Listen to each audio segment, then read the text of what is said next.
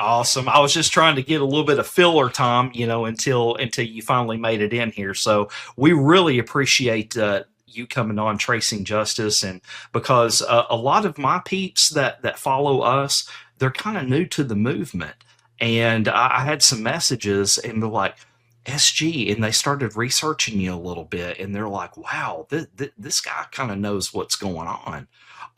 So SG, man, thank you again for joining us. And if you could give us a little small introduction about yourself, tell us, who you are and kind of how you come into the movement, and just kind of like your little backstory. Yeah, I'd be happy to.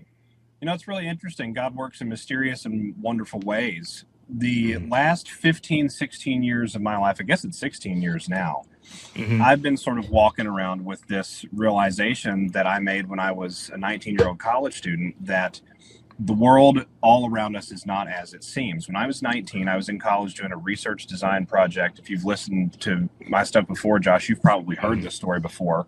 Mm-hmm. And I was the class was, I think, a chemistry class of some kind, and we had to demonstrate the effects on cellular health with consumables. And so people were allowed to choose from various nutrition focused things, and they were supposed to write out a hypothetical research report on basically what the literature at that time showed with respect to additives, different ingredients, Mm-hmm. things like what's the fake sugar, aspartame, those types of Yep. things. And so I chose soft drinks because at the time I was actually really addicted to Pepsi Cola, believe it or not. And Yeah. so I was going through and I was conducting my literature review again, 19-year-old college students, the fall semester, towards the end of the fall semester. And as I was going through all of my different scholarly sources that you had to have, and you had to have so many from a .gov and so many from a .org and things like that. This was back when the internet was sort of burgeoning on the other side of YouTube's explosion. And I came across an article from the NIH website talking about a food additive called HEK 293. And Mm-hmm. HEK 293 was an additive that was used by Coca-Cola and PepsiCo, as well as Nestle and a couple other large food giants. Kraft Heinz was involved in using HEK 293, and it was produced by a company called Cinemix, Senomyx. Cinemix no longer exists anymore. Interestingly enough, the same year that President Trump was elected, Cinemix was bought wholesale and whole cloth and then dissolved by a Swiss fragrance and perfume giant.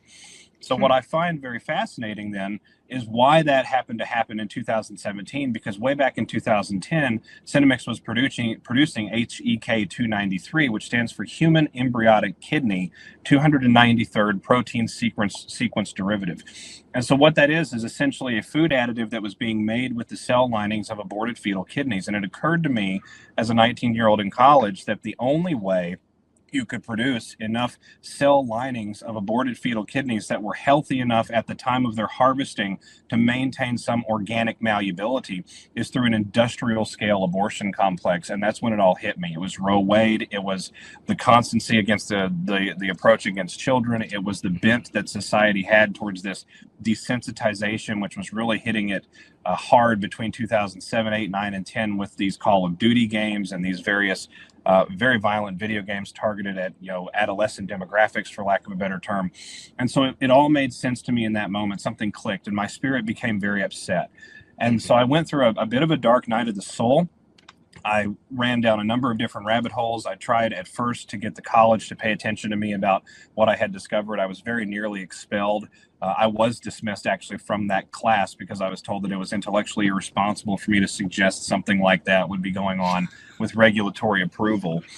Even though it was from a .nih, it was an nih.gov article, and PubMed was at the top of the sheet, but that didn't matter. But so I went on a dark night of the soul after that, where I sort of wanted to learn more. So I tried to understand things like computer hacking. I got into some DDoS stuff that I probably shouldn't have been into at that time. But again, it was sort of the Wild West with HTML giving way to the next code that came up. I think it was Python, if I'm not mistaken. You'll have to forgive my history here. But I got involved in some of that. I started really researching this concept of the Illuminati. I had seen that before I think actually on some ridiculous late night television show where they were trying to do a disapproval of it, and it may have very well been something adjacent to Adult Swim. I honestly don't remember, but I had heard that name, and I thought, well, that seems like an interesting place. If you're going to hide something like this, maybe you hide in plain sight. That led me to the 13 Bloodline Families book of the Illuminati. I forget the author, but it's a phenomenal book for people that want a good dive right in, with 2 feet sort of thing. That led me into trying to learn more about the deep web, which led me into researching the central banking cabal and the central banking mafia, which led me into this concept of adrenochrome, which early on in those days was not very present on any surface level website somewhere. I mean, you had a few blogs that would host it, but the traffic was so low, I think they managed to slip under the radar.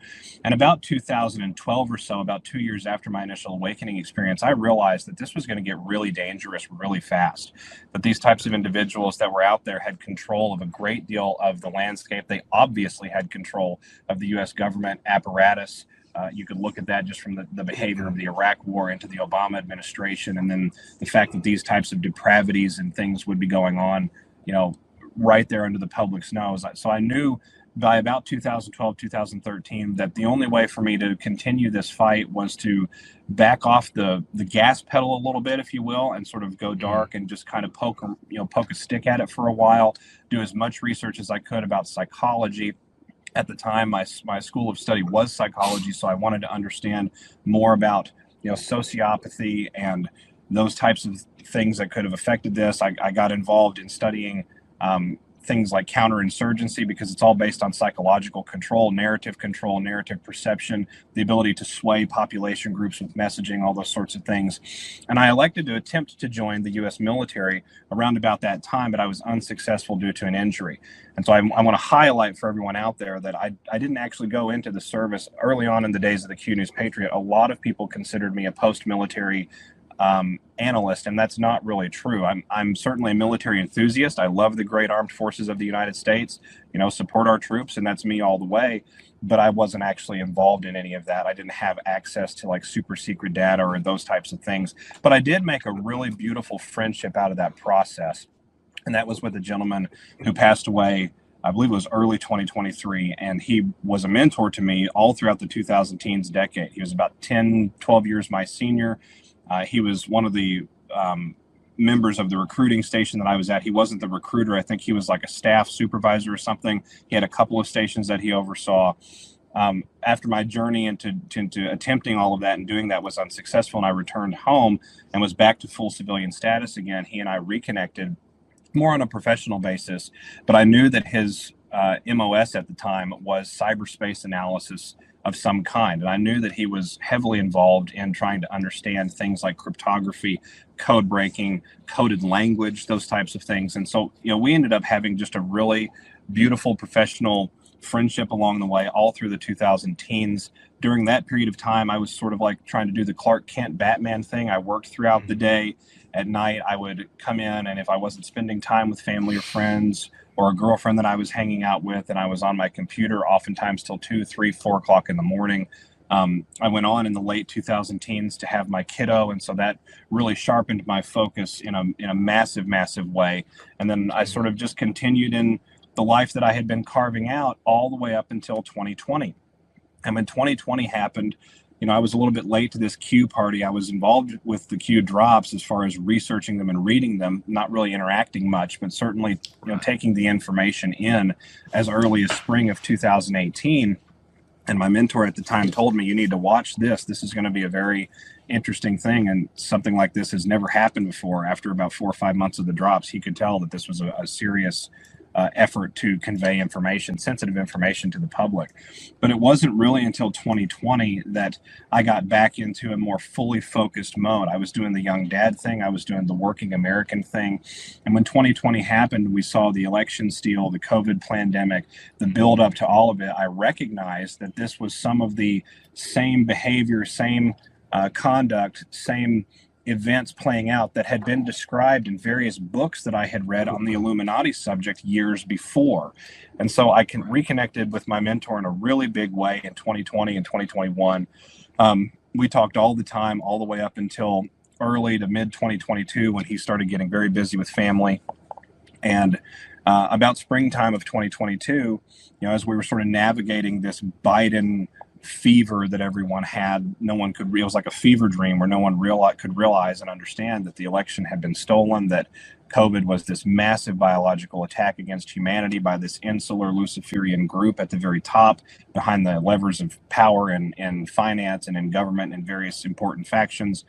And so we were having a discussion one afternoon on the phone, and his statement to me was, well, someone's got to tell them. Mm-hmm. And I said, well, we're dealing with a situation right now nationally, I think, where morale is not so hot for the Trump train and the Q train, and understanding that there is a design behind, that there's a method to the madness, right? There's a design behind the chaos. There's an order to the cosmos.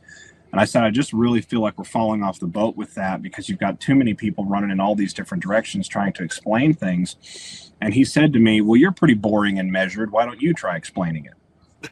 And I said, well, I appreciate that very much. And you're right. I sometimes am a little metronomic in my delivery and presentation. It's just sort of the personality that I am.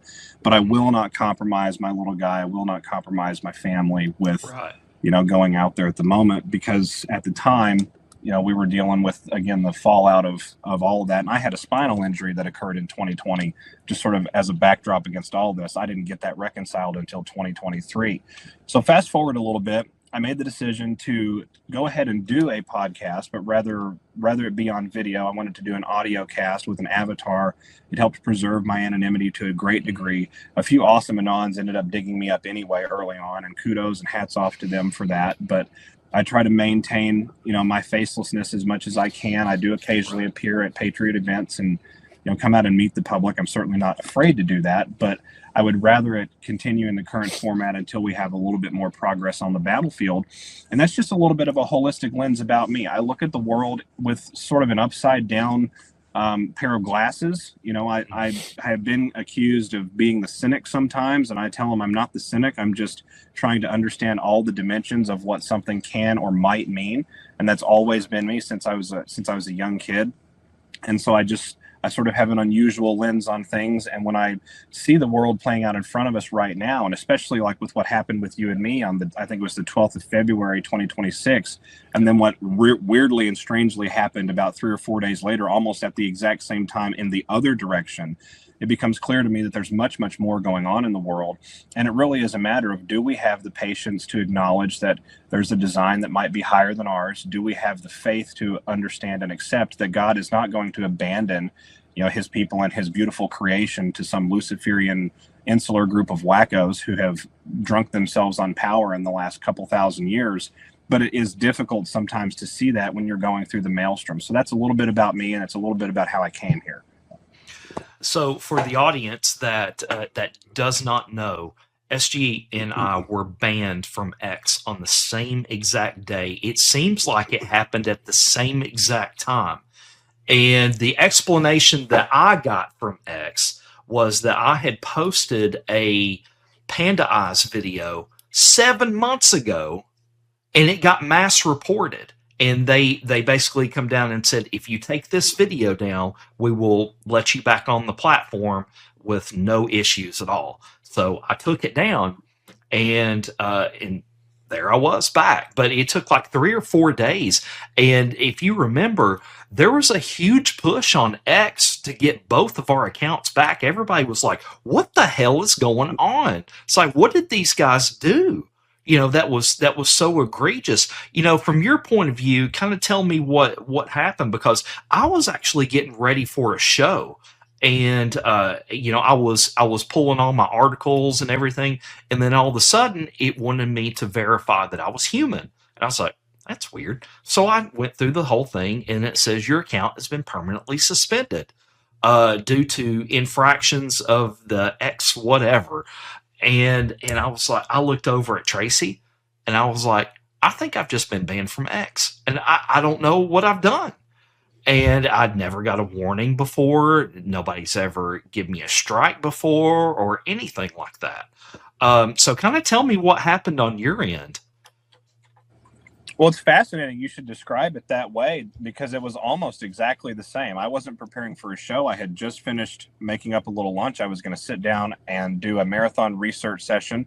And I usually start with the surface and the scuttlebutt that comes from X and the scuttlebutt that comes from Truth, and then I move over to more leftist leaning sites, right? And so I was going to start with X first, and I went to log in, and it was through my phone actually. I wasn't able to get in through my phone. I had the same message appear, verify that you're human. And so I did, and it showed me this message, you've been permanently suspended. And so I brought it up on my laptop because I was sitting down to my laptop anyway. And sure enough, everything was suspended. You could tell that it was an algorithmic process that was in process at the time. You could tell that you had access to something, and then if you navigated away and came back, all of a sudden you didn't. The profile was changing dynamically in the moment. So I knew that there was something going on. And the first thing that I thought about was, am I being mapped? MAPPED. Because I was able to access my messages, and then suddenly I wasn't able to. Yeah. Then I was able to look at a follower list. Then I was only able to look at verified followers and no one else. Then I wasn't even able to look at that. They disabled the ability for me to screenshot certain content, but I was able to navigate to the photo storage, I guess under the media tab on the laptop, and I could see about half of it, but the rest of it was all blacked out at the bottom. And so I thought, sort of like on Star Trek, am I being scanned right now? Mm-hmm. Well, it ended up that, like you said, the ban was unexplained. It stayed unexplained for me. I still don't understand why I was taken off or reinstated. The reinstatement just happened suddenly. And so throughout that period of time, in that 72 hours, I thought to myself, well, there's only a couple of possibilities. Either I've really aggravated the machine, which seems weird because I hadn't posted anything extraordinarily graphic or disturbing or anything that I think would press the line over and above what you often find on Q News Patriot. And I do share, some rougher stuff. And I always disclaim it, letting people know, warning, this is going to be graphic. It's going to trouble you to view it. But none of that, had ever really caused a problem. I'm always very diligent not to show children's faces if it's avoidable. It depends on the footage and how I can edit it on my end. Sometimes I don't share it at all. But I hadn't done anything of that flavor around the 12th of February or anywhere near that within the 7 days prior, where that made sense to me. So I put together a statement. I basically put it out and said, look, they do have a contextual scoring algorithm. Maybe I made that algorithm mad. Here's the exact deets on the algorithm for those out there. I'm not confident that X will reinstate me, but maybe they will. And either way, the show must go on. So keep looking for me on these other places. And then about 48 hours after I put out that statement, I had this random reinstatement on X that didn't make any sense at all. And we were reinstated on the same day. And so what I find amazing about that, and I think you were the one to initially broach the connection through direct message and bring up the concept of, were we just put through an OP? Mm-hmm.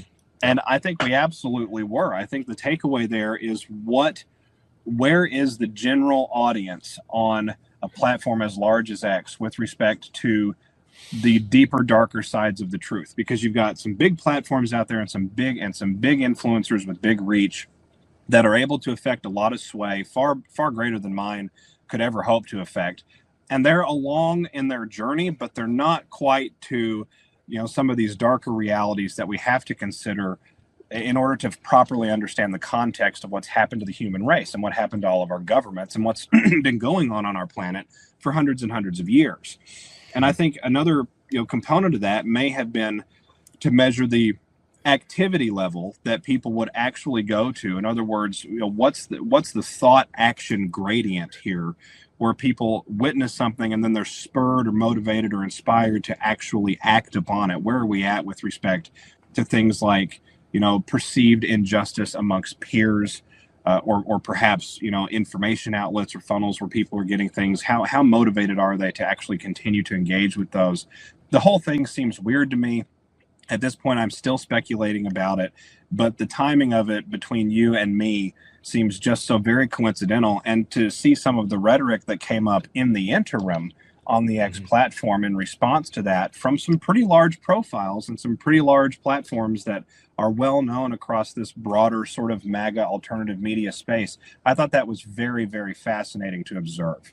Yeah, absolutely. And I was observing everything that was going on because I had actually made a new account under Tracing Justice, and we had made a couple of posts, and I really could understand who was with me and then who was not with me. I had some nasty comments saying, from some big Anon saying, "Oh, that guy's a jerk. He's gone." Blah blah blah. And then I had some people that I would have never guessed come to my defense saying, "This is bullcrap," and it was so surreal watching you and I. We went to the trend. We were trending on X for 2 days, trending. Everybody just reposted me and you, get them back, get them back, get them back. And I honestly think that you are right. It was an op. It was an op to measure where the movement stood as far as supporting the other digital soldiers that fall. And because we've all been through this before, I went back through the Hillary purge and everything like that. But it wasn't, when we got booted, it wasn't commonplace for an Anon just to get booted just for no reason, especially you or me. We've been, Elon opened up things for us, but I can speculate too all day long, but something occurred and they were measuring the reaction of certain people, and it was just very telling to me about the public's reaction to everything. To be on such a big platform and have Anons trending for 2 days, I mean, that's very telling of where we're at in the society right now on X. I think that's a phenomenal point to make, and it goes to cohesiveness too, right? As you look at a fighting force, any fighting force, whatever that force is pursuing or wherever they're headed to, they have to be able to blend and meld with one another. They have to sort of fall and flow and pick up the weight where weight falls down at different points. And I think some of that ties back to the spiritual component of this awakening. Someone asked me, it's been over a year ago now, but the question loosely was phrased like this: how could God let this happen? That was basically the paraphrase of it. And I looked at him and I said, how could he not? When you look at where we're at collectively as a civilization, we had to go through something that was very difficult, extremely confusing, and forced us to look at one another as people again, not as a potential threat actor or as someone that's going to set off some trigger trauma that we've been programmed into with MK Ultra and all this other stuff, or someone that's going to bring us harm just because we disagree with their approach on medical interventions or things of this ilk, or their approach to education, right? And so as I look at it, I reflect back on things, and the February 12th event's just sort of a microcosmic slice of all of that.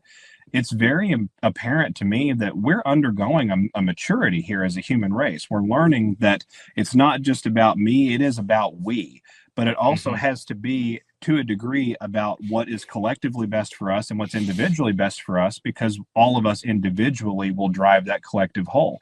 And if we will drive that whole in agreement with God's perfect and holy will for our lives and for this entirety of this planet, I just don't see how we can fail. But until we get our own blinders off towards that goal and come together in that way, then there's no way we can win. Right. That's exactly right. Go ahead, Seth. Just to tie that in, it's so funny. I see, I like to lurk a lot on things, and I won't comment a lot most of the time, but I'll just see where people's heads are. Now, people are still so freaked out. And I mean, just think about back in the days of the Cold War when they were teaching kids to hide under their desks, because a nuclear bomb, you were going to be protected by that little metal desk, by hiding underneath that desk, right? So I'm like, this whole thing about all of this, there's two sides to it. I mean, I could go into, the biblical side. It's like, if you really trust God and know where you're going to be with Jesus in paradise the second you're dead, then I don't care. Make sure that nuke is like aimed right at me, though. I want to be the first one gone, because then I'm not going to be sitting in a bed like a vegetable suffering. And I honestly don't fear that kind of death. So the other side of it, though, is how many people are worried that the planet would be blown up by nukes. And here's the thing: God already won when Jesus died on the cross. So if that's the case, you think God's going to allow humanity to destroy his planet to that degree. I mean, yes, would we get into a place where, we could do a lot of damage? Absolutely. But you really think, if you believe in the Bible and what it says, that would happen? And it occurred to me, the level of like people like USG and like Josh and Tracy and me and a bunch of our Anon friends who are true Christians and really believe that Jesus died on the cross, rose from the dead, and is seated at the right hand of God in heaven. And, is far above all powers and principalities. That, yes, we still see evil. And yes, we still see battles. But here's the thing. Even a defeated army can still cause you problems after you've defeated them, because you still have some rogue people running around causing trouble. So that's where I think we are. And I just think that's the message I try to spread, is that, listen, guys, if we really think God wins, and he already won, by the way, then let's act like it. Absolutely. So I will say this too. A lot of the people that come to me, they're like, "Who do I follow?" Well, first off, you don't need to be asking who to follow. You need to do your own research. But I said, one piece of advice that I can give you: you've got all these Anons out there that are preaching Q and all this stuff. That's well and great. But if we're not trying to lead souls to the Lord too, and talking about and Lord and witnessing, then I mean, they might be a good source of information. But as far as somebody that I know that I can be in the foxhole with me, I want my fellow Christians in the foxhole with me. And when I went through this whole ban, Tracy was worried to death about it. And I just kept telling her, and Seth knows this, I kept telling her, I'm like, God's got this. I don't know what he's doing right now. I don't pretend to even know what he's doing, but he's doing something. And I have full faith that this is all going to work out in the end. And for 2 days, she was a mess. And she's like, "How can you just be like this, Josh?" And I was like, God's got it. God has got this. And that was my big takeaway from it too, was I think my faith was tested a little bit right there, and I would like to think that I passed that test. And because at the end of the day, nothing happens that God doesn't want it to happen, or it happens and then he uses it for his purposes too. So, but at the end of the day, I'm so glad that we got our accounts back. Let's roll into this disinfo a little bit. The disinfo ops are off the chain right now. Left is right, up is down. Who we thought was a friend, they're not friends anymore. Why do you think all of this has come to this big escalation point at this moment? It's incredible that you should lead the conversation in that direction, because we are watching like 3 psyops a day at this point from President Trump. It's just, the man is truly an unhinged genius. And I say that understanding the definition of both words. We have the unhingedness, which leads to the brash conclusions, the bombastic rhetoric, which of course inflames emotions and really sort of blunts psychological resistance that's out there amongst the population, whatever population he's speaking to. And the genius of it is he's doing so in such a fashion that's forcing the American people to look at one another again in that same cohesive fashion, right? Who are we really? What do we really want? What does this nation really want? What does God really want for all of us? It's nice to have President Trump, but President Trump won't be a fixture forever. What does that mean on the other side of things? And at the same time, we also have an opponent who we still face, who Seth described a moment ago as the rogue factions of that defeated army that can cause big problems. They can set up insurgency cells. They can run off the battlefield and entrench themselves in the thicket. They can set up strongholds in villages, to keep with these conventional metaphors that I'm sort of using here. And so all of those individuals are watching President Trump as well, and they have no freaking idea what's going on. And that's the best part of it. And that's the main reason I think that we're seeing the psyops. Let's talk about one of these psyops really quick, Josh. Okay. The fact that we're going to erase the entire civilization of Iran. I'm sorry, gentlemen, but come on. President Trump knows that he can't just go in there and vaporize 90 million people. And Right. you had a lot of pundits, both from the mainstream and the alt stream, and even some from the Anon community, that basically came out and said, look, that doesn't look good. That's a really rough thing to say. We're not sure what to conclude from that. And that was, in fact, the entire exercise. We're not sure what to conclude from that. And neither is the opponent that we still face, which I would Yep. characterize as the intelligentsia community across the entirety of the Middle East, the Gulf states. If we all think that the Gulf states have been in control of their own resources, I've got a Gavin Newsom bridge that I'd like to sell you. That has not been the case in a very long time.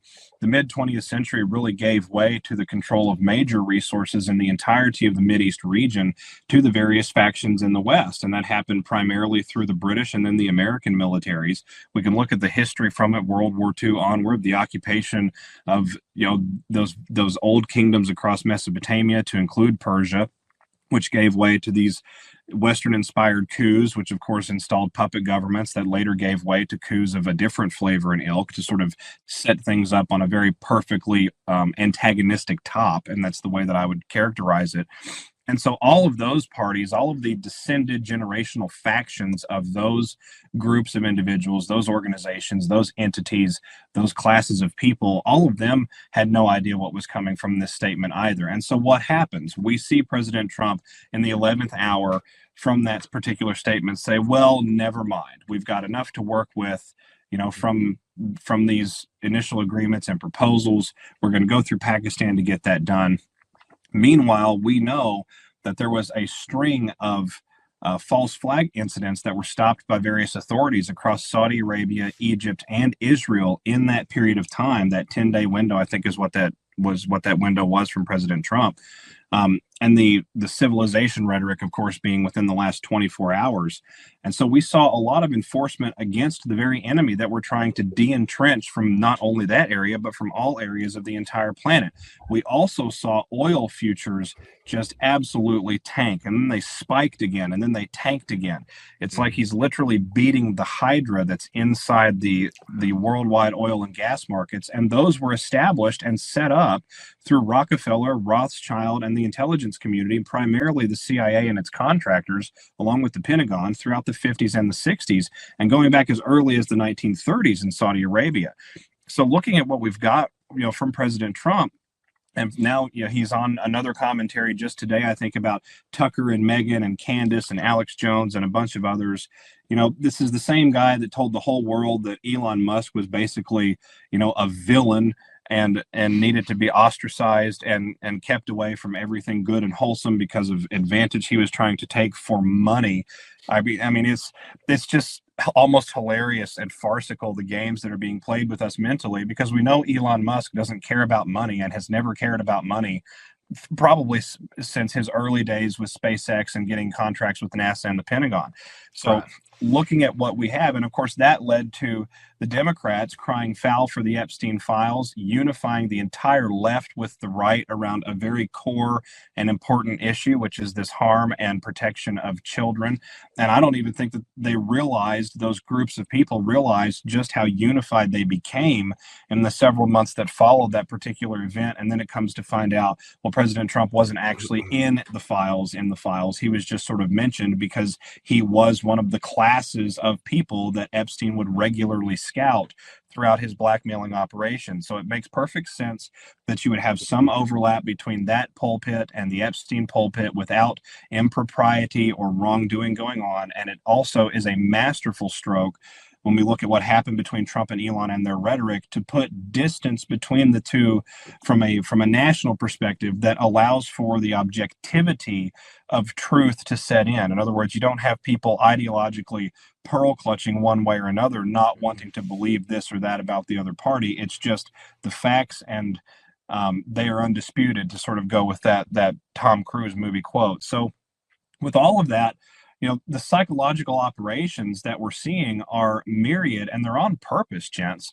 They have to happen because we do have an unfinished situation here. We've not quite gotten a full resolution. Yes, we know that that God Almighty has won this, and that takes us to the outcome, but it's up to us to be the hands that paint the picture between now and then. And we have to catch up to what that will means for us and for the entirety of the planet. And I think President Trump, quite frankly, is playing his part, and his part was not to make everyone happy. His part was to force the death of the central banking mafia forever. Yeah, absolutely. And you can see it because the petrodollar at some point has to die. It has to die and it has to go away. But I want to ask you a question. So I'm in the camp of that all these social media influencers, they're all in one big club. They play against each other a lot, but at the end of the day, they're all in one big happy family. And I have preached and preached and preached about Alex Jones and his network of people, and I'm like, guys, they are not your friends.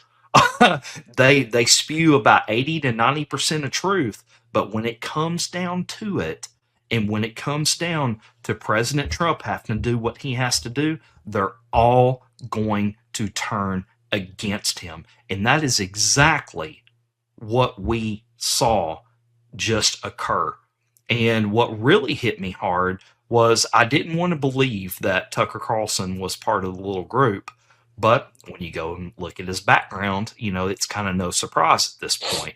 So, in your estimation, can you kind of see that? Or do you think that these people are kind of playing a part still in the disinfo op? Or is Trump really just now ripping the Band-Aid off and finally telling the world these people are not MAGA? They are not for you. They're for foreign influence money, and that's it.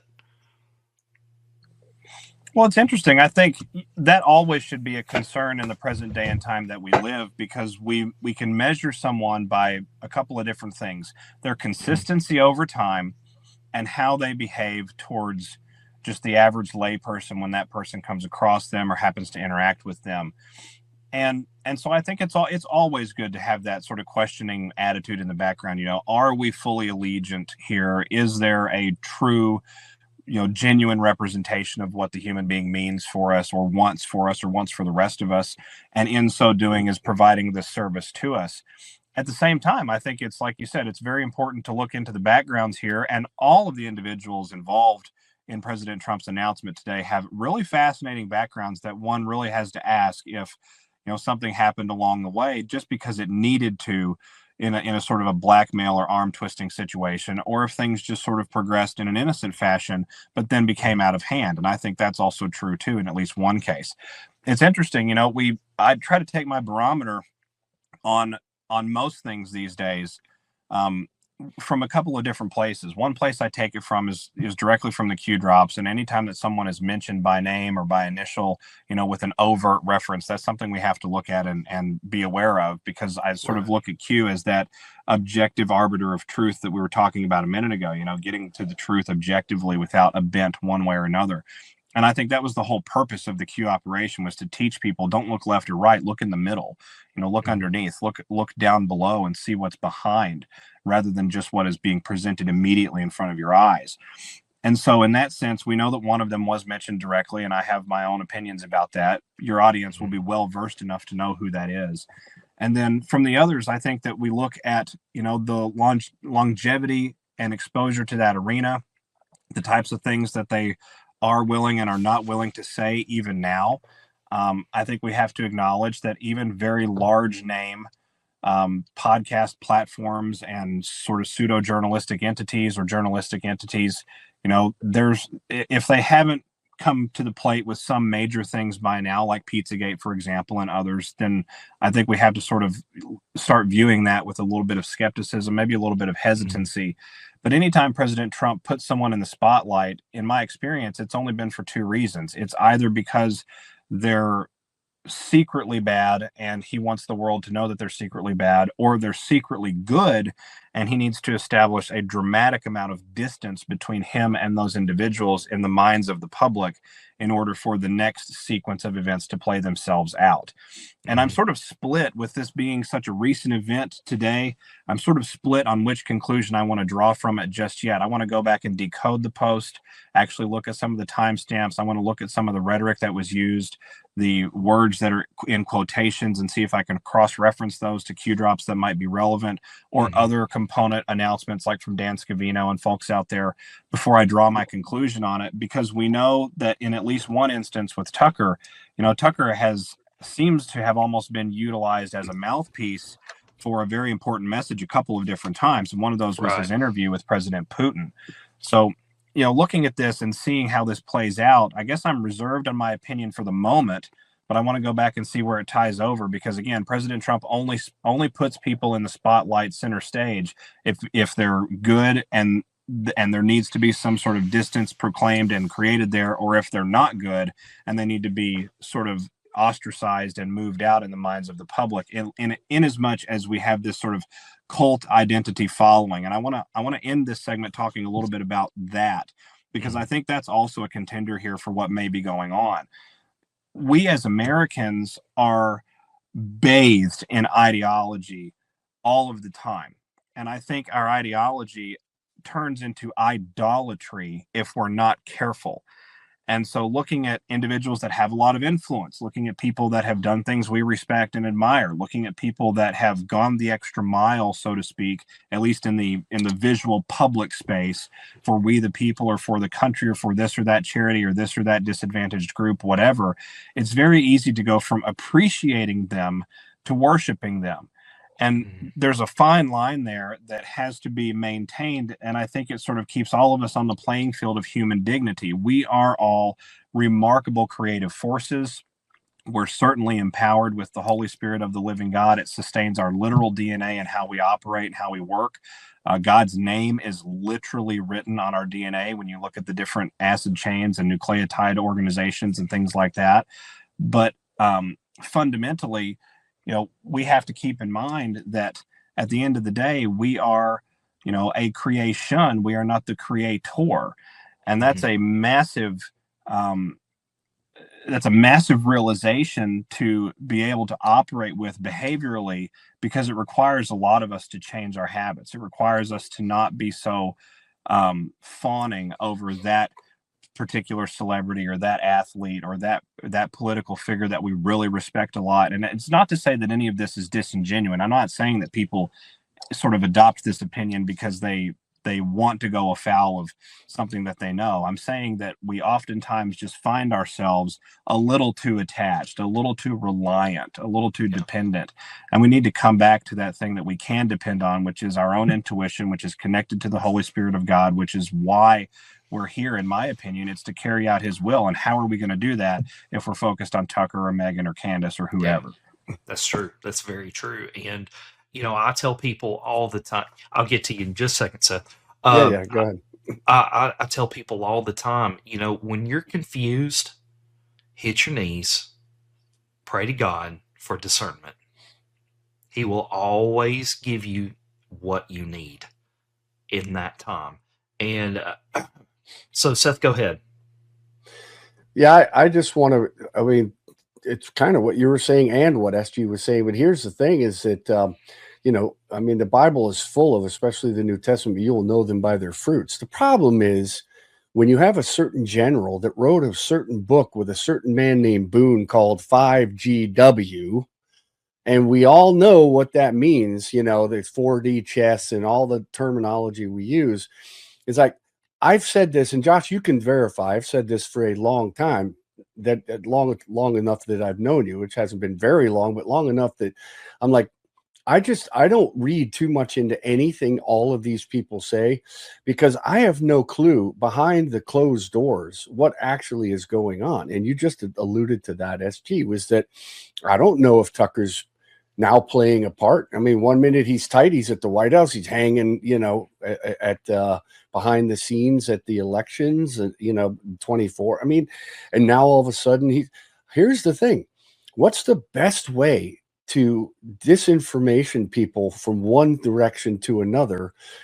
other than to, I mean, we can call Marjorie Taylor Greene, and a lot of us would look at that and say she's a real traitor. No one ever gets called those names by Donald Trump unless they're really evil. And that's probably true. But do I really know? And I'm not saying, I'm just using her name as an example. I'm not calling out to say one way or the other. What I am saying is 100% people need to listen to what Josh and what you say.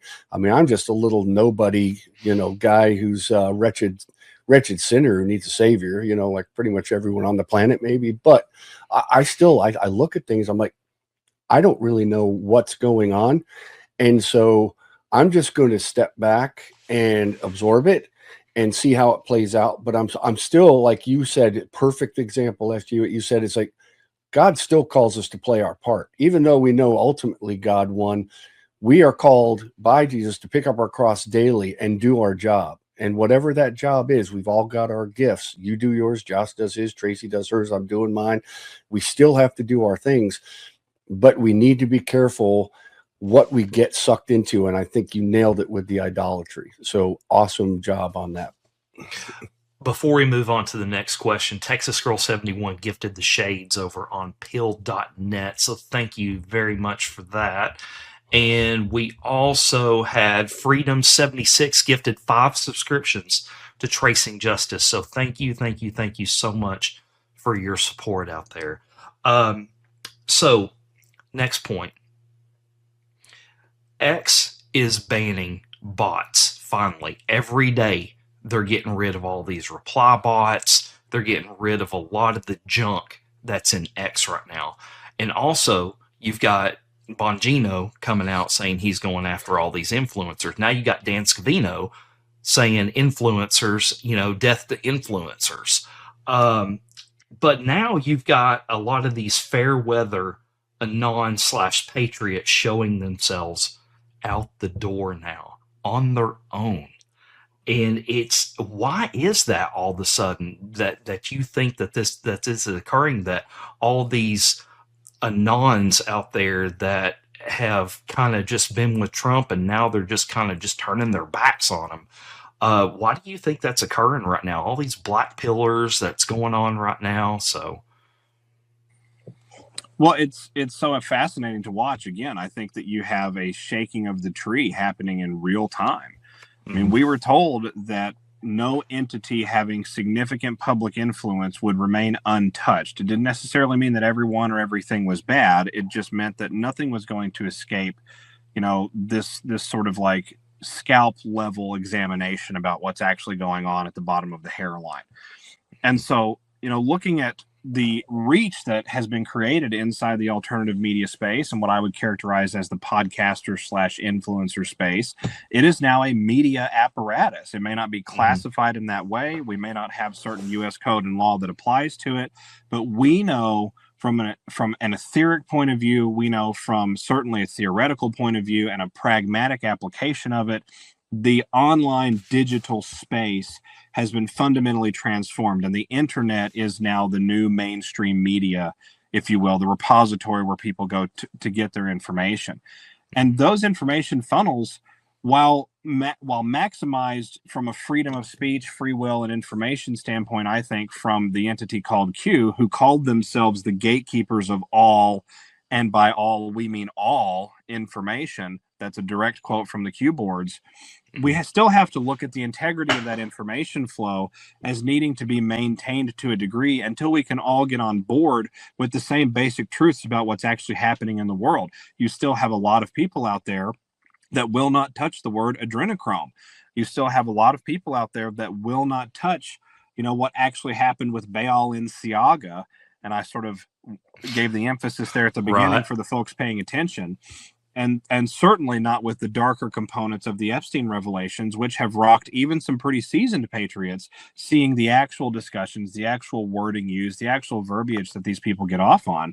And so looking at that broad influencer, podcaster, alternative media microphone, if you will, it still has to be checked and balanced along, in many ways, I think, just like the mainstream media does. The mainstream media still has a job to do.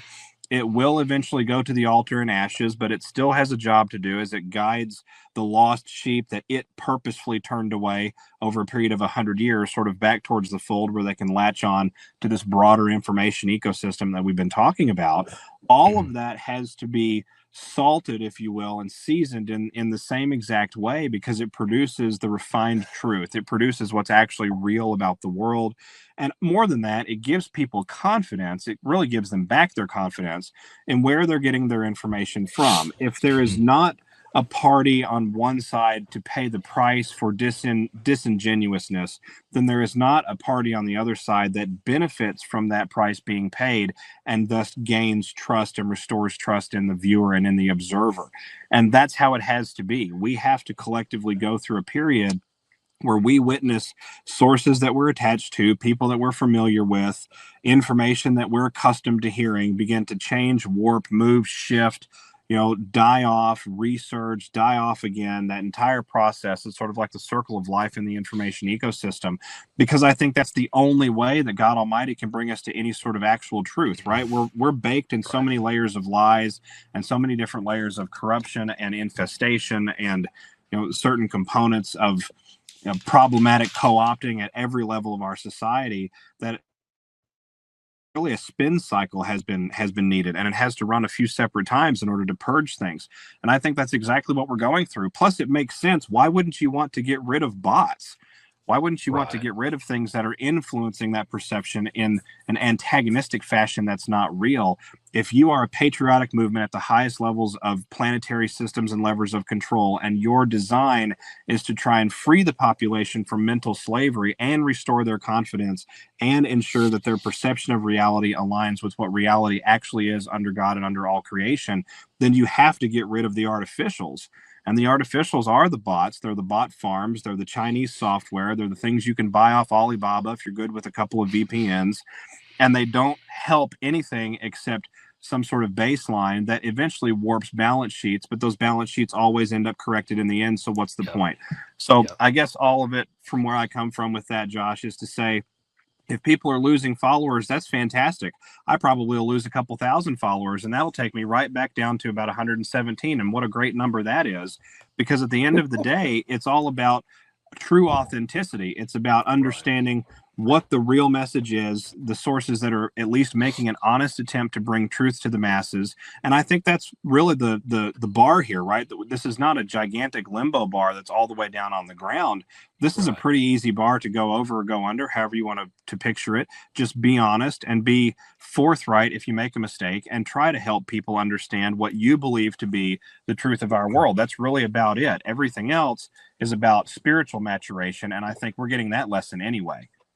Absolutely. And I believe right now that God is separating the wheat from the chaff right now. And he's doing it in multiple ways right now. He's bringing dark to light right now. The best disinfectant is sunlight. And you're bringing all of this sunlight onto all of these influencers and all of these podcasters, and they're having to make a choice right now.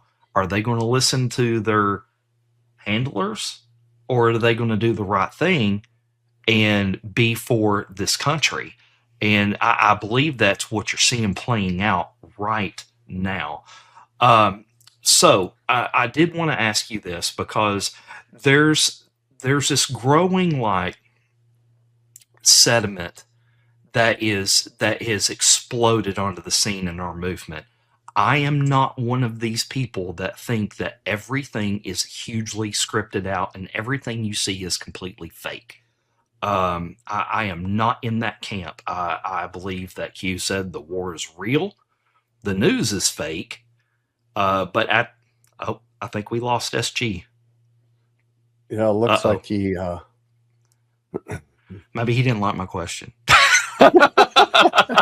No, he's. I think he was on his phone. So let's just wait for him to come back real quick. And what SG was talking about earlier was this Donald Trump post.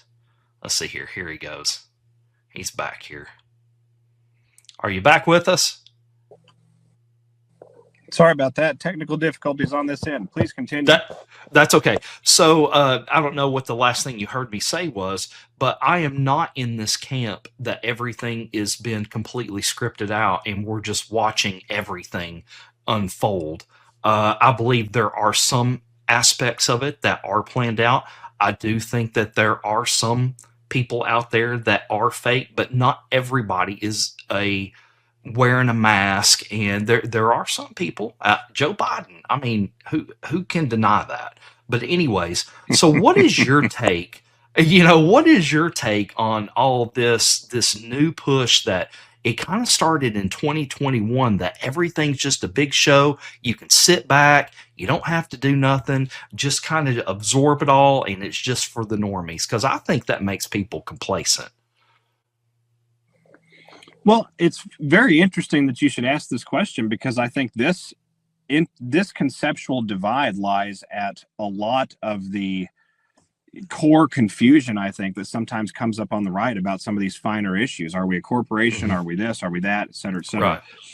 I think ultimately what you've got with respect to the movie, not a movie situation is exactly as you described. And we were not told anything differently by the entity called Q. We were never told everything is going to be a movie and you don't have to do anything at all. As a matter of fact, the message from the Q entity was almost totally opposite of that. Mm-hmm. We have them by the throat. You have to do your part now. Yep. And so looking at that particular constellation, that difference of interpretation, I think we have to start with the same basis here. We were always told that some of this will be as of the result of a submission deal, a plea deal privately that was entered into that likely won't be unsealed. Like, we were told that sometimes that is what's happening. And so in that sense, you do have some scripting. We were also told that timelines are not always exact, that things happen dynamically, that things have to be event driven, that we lose windows and gain windows based on the response from the population at large. In other words, we were told that this is a symbiotic process and that there is no exact coordination, if you will, that is pre-planned years and years out, except for certain punctuation events, which became controlled at very high levels, such as the death of the English Queen and the montage of the new king's portrait, which is just an inverted upside down Satan. And so when you look at the constellation of how things are happening in the world, that's very much how it feels, right? We're sort of seeing certain things that happen, and we can say, yeah, we kind of predicted that would happen. That makes a lot of sense, that something like that probably already would have been done. Good example of this being the delegation from Taiwan that just went to Beijing like a couple of weeks ago. It's not even been that long ago, to talk about reunification peacefully.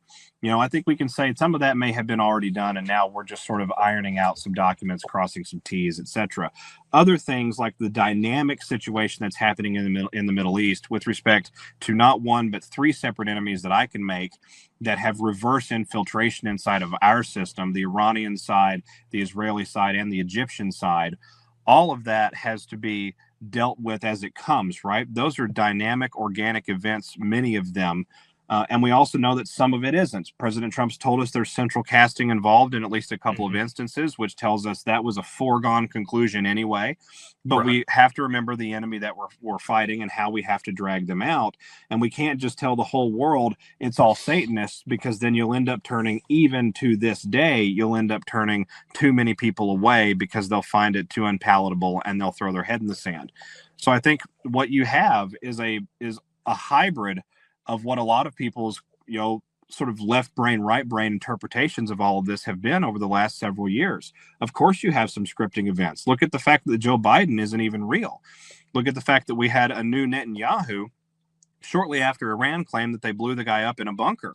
And you could tell the mask was a different skin tone, gentlemen. It wasn't even a great mask. It was on purpose. Right.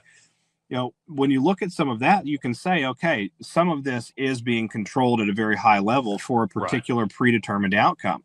But when you look at some of the videography that comes out of Iran, when you look at some of the videography that comes out of Ukraine and Russia, when you look at the activities of NATO in response to what Russia has been doing in Ukraine, a lot of that still requires some in the moment handling. And so, in other words, this movie that we're all living through, it's no different than the reality that we've always lived through, except now we have forces that are for almost finally, if you will, working in the interests of we the people rather than against them.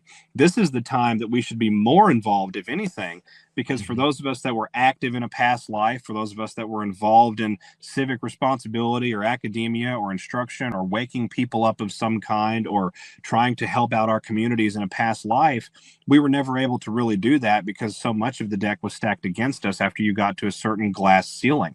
That is just not true anymore. You can take this, whatever that cause is, whatever that meaningful purpose is for you, whatever that calling that you feel the Lord has put on your heart, and you can run that all of the way to the gate and just watch the expansion happen in real time, because for once we have the scales more balanced here. So I hope I'm not getting too preachy with respect to the answer to that question. It's just a question that kind of gripes me. I can't see how, and have never been able to truly understand how, we could have so many phenomenal Anons who followed along and kept themselves engaged and went down the rabbit holes and the trails, simultaneously thinking that nothing more than keyboard warrioring is required of them. The U.S. military goes out there oftentimes in operations that are never brought to light, never discussed, never told about, and for which medals are never given publicly. And they literally save the human race at different points along the way. One such incident happened on a Russian boomer submarine in the 60s, I believe, when the captain made the decision at that time, this was a Russian captain, made the decision at that time that it was not worth following the protocol because the protocol would result in the end of civilization. And that story wasn't told for 50 years because it was classified in the USSR's archives and wasn't released until like 2010 or 11 or 12, long after everyone involved in the incident had passed. And so if those types of things are going on every day, I think we can at least acknowledge that from where we sit civically, from where we sit in our civilian life, we should do what we can and what we feel we are called to do to participate in this system that we all have, because if we don't, it will get taken away from us. That's right. That's exactly right. Go ahead, Seth. Well, one quick question for you, because I know your time is short. You've got some kiddos to attend to, which is awesome. I love good fathers. But I asked Josh if he had any ideas about this with you. He said, dude, ask him. I was like, okay. You did mention the bloodlines, and I know that you're very well rounded in all of the history of all this. So there are so many people that are screaming one way or the other way, and Iran is this, and Israel is that, and Venezuela, and blah blah blah. And of course, we know Susan Kokinda and her team, which do a great job. Talk about the City of London. Well, I know. We all know that it comes back to very specific, trillionaire families, not even billionaire. They don't even advertise those on the Forbes 100.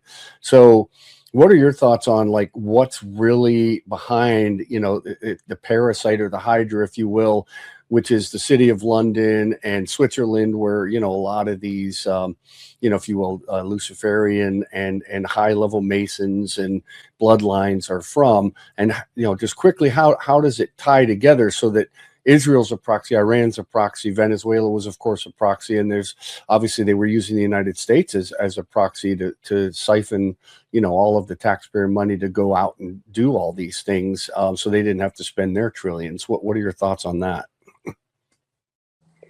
Well, I think it's a phenomenal question about, where's our focus? Are we expanded to the full picture, or are we only looking at the left corner or the right corner?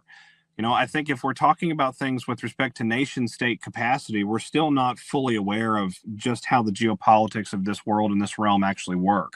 We need to look at those, what I would call supranational bodies, the IMF, the World Bank, the World Health Alliance, or organization, the World Food Alliance, all these different programs. I think it's the World Food Program or World Food Bank or something like that.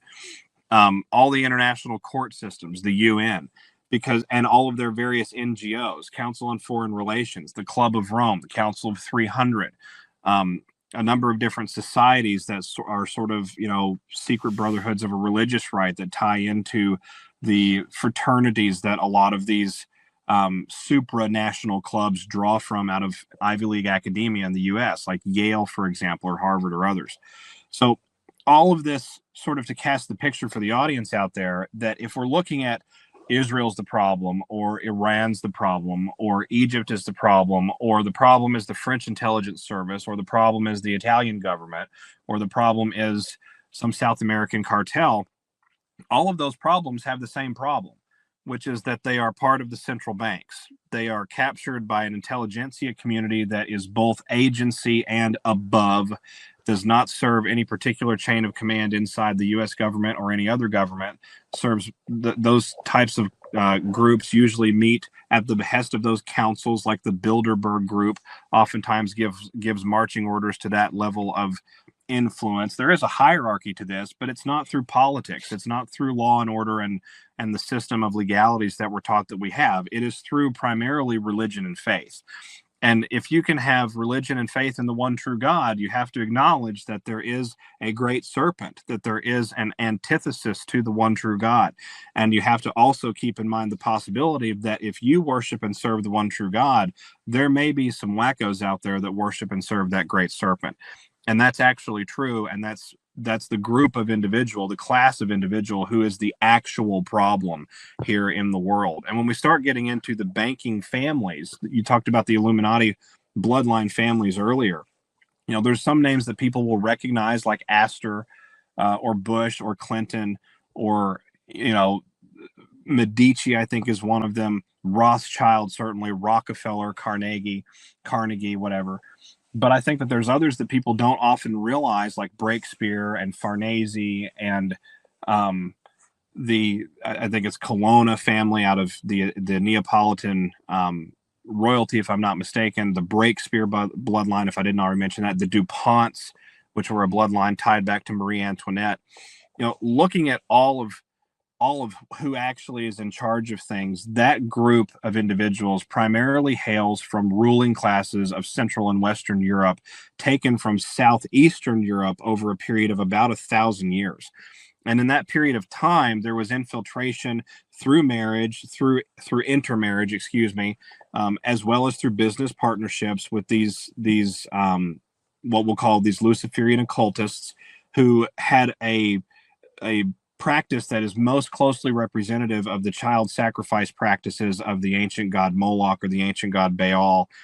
People can go back and look that up for themselves to kind of get an idea of where the concept comes from. And these demonic entities, you know, children were literally being burned at the stake in ancient Canaan alive to pay homage to these, you know, pagan gods. And so the belief system is tied most closely to that. You had infiltration into the Vatican, again, over the last 1,000 years. You had infiltration into major financial pulpits and royal families across the various empires that emerged across Central and Western Europe between the year basically 1150 and the 19th century, with the British Empire becoming such a far-reaching force in the world. And so all of that infiltration over generations produced offspring that stayed in the family business and operated in the same way. You could make the case that some of that offspring and some of those bloodlines are themselves tainted with hybridized bloodlines from demons going all the way back to the Nephilim. And I know that sounds absolutely ludicrous to people when I start getting into that. They start checking out and go, oh my gosh, he thinks demons have crossbred with humans.